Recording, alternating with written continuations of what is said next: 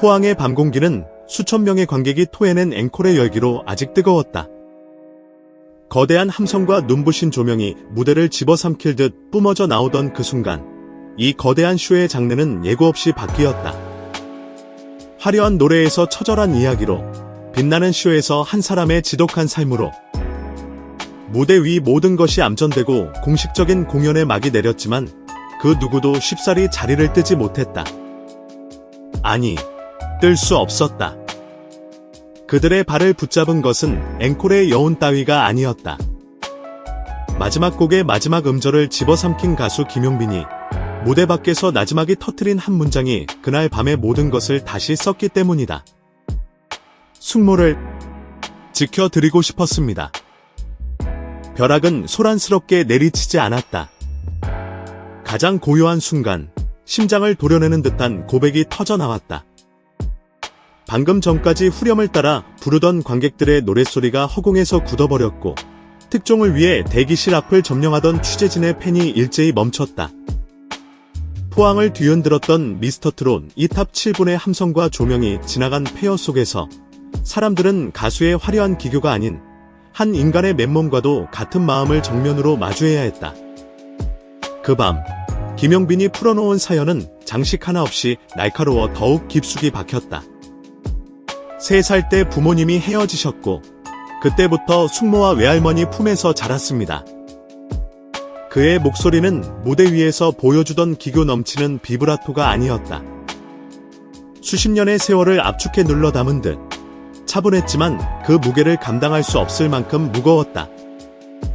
그는 이번 공연을 보러 오시겠다는 숙모의 말에 이번만큼은 자신이 모시고 싶었다고 했다.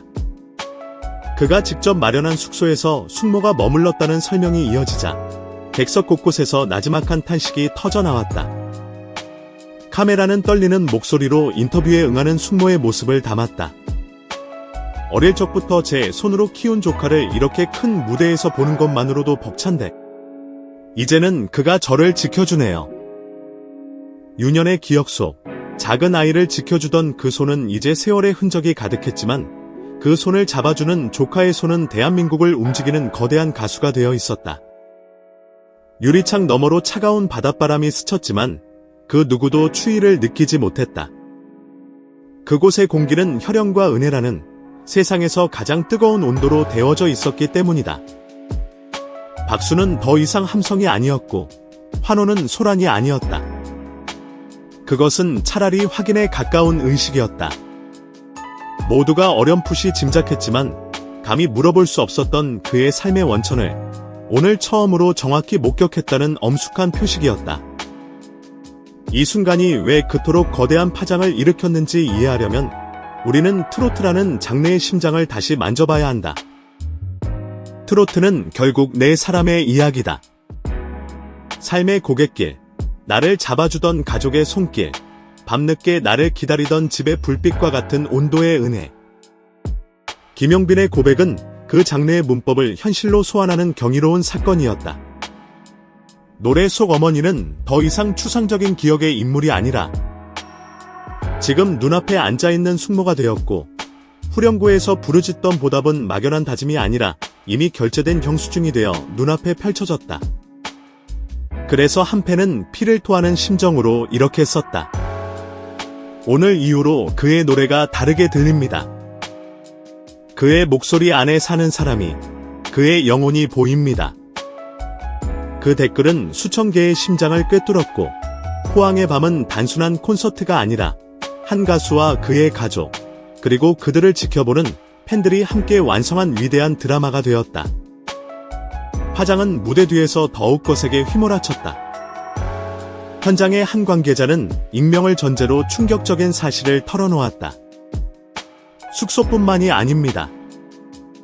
최근 대구의 아파트 한 채를 숙모님께 선물했다는 말을 들었습니다. 공식적으로 확인된 바 없는 이 이야기는 그러나 그 자리에 있던 모두에게 사실 여부와 관계없이 거대한 질문을 던졌다. 선물이란 무엇인가? 그것은 돈의 크기인가? 아니면 마음의 방향인가? 이 미확인된 폭로는 오히려 김용빈이 던진 지켜드리고 싶었다는 문장을 더욱 선명하게 만들었다. 그는 값의 크기를 말하지 않았다. 대신 관계의 온도를 정확히 가리켰다. 그래서 현장의 공기는 도덕적 엄숙함으로 굳지 않았고 속물적인 경쟁심으로 흐르지도 않았다. 모두가 알고 있지만 자주 잊고 사는 상식, 은혜는 제대로 갚아야 한다는 진리를 눈앞에서 목격한 충격에 휩싸였다. 대기실에서 이 모든 상황을 지켜보던 탑7 동료들 역시 각자의 방식으로 이 장면을 소화했다. 한 멤버는 형 얘기를 듣고 제 가족이 떠올랐다며 조용히 눈물을 훔쳤고, 다른 이는 그 상처를 안고 무대에 선다는 게 얼마나 고통스러웠을까. 존경스럽다고 짧게 말했다. 또 다른 누군가는 아주 오랫동안 고개를 숙인 채 침묵했다. 그것은 슬픔의 침묵이 아니라 태도에 대한 경애의 침묵이었다. 오늘 이후 우리가 무대에서 무엇을 더 진심으로 노래해야 하는지에 대한 암묵적인 합의가 이루어지는 순간이었다. 온라인 커뮤니티는 들끓었다. 이것은 빠른 유행어의 소비가 아니라 아주 오랫동안 우리 가슴속에 잠들어 있던 단어들의 귀환이었다. 수많은 콘텐츠가 1초 만에 소비되고 사라지는 이 시대에 한 사람의 진심은 왜 이렇게 강력한 힘을 갖는가? 답은 간명하다. 차트와 조회수는 유행을 만들지만 사람의 이야기는 역사를 만들기 때문이다. 문장으로 남은 콘텐츠만이 시간이 지나도 다시 읽히고 다시 불린다. 김용빈의 핵심 서사, 은혜를 잊지 않는 사람, 노래의 삶을 싣는 사람이라는 이 브랜드는 이제 그 어떤 마케팅으로도 만들 수 없는 불멸의 자산이 되었다. 이제 다시 모든 것이 끝난 포항의 대기실로 돌아가 보자. 카메라가 철수하고 팬들이 보낸 꽃다발이 정리되고 사인이 적힌 포스터가 담요처럼 포개어지는 시간. 김용빈은 숙모의 주름진 손등을 다시 한번 감싸쥐었다. 그의 말은 짧았지만 그 어떤 노래의 가사보다 깊었다. 오래 기다리셨죠? 그 한마디는 노래의 가사보다 더 낮은 음으로, 더 깊은 리듬으로 울렸다. 그것은 단순한 안부가 아니었다. 당신이 나를 기다려준 그 기나긴 세월, 당신의 청춘과 맞바꾼 나의 유년 시절, 그 모든 기다림의 시간을 이제는 제가 끝내드리겠습니다. 나는 의미를 담은 한 남자의 인생을 건 약속이었다. 숙모는 그저 고개를 끄덕였고 눈가에 깊은 주름이 천천히 풀렸다. 이날 김용빈이 숙모에게 건넨 것은 단순한 고백이 아니었다. 그것은 기별 인사였다.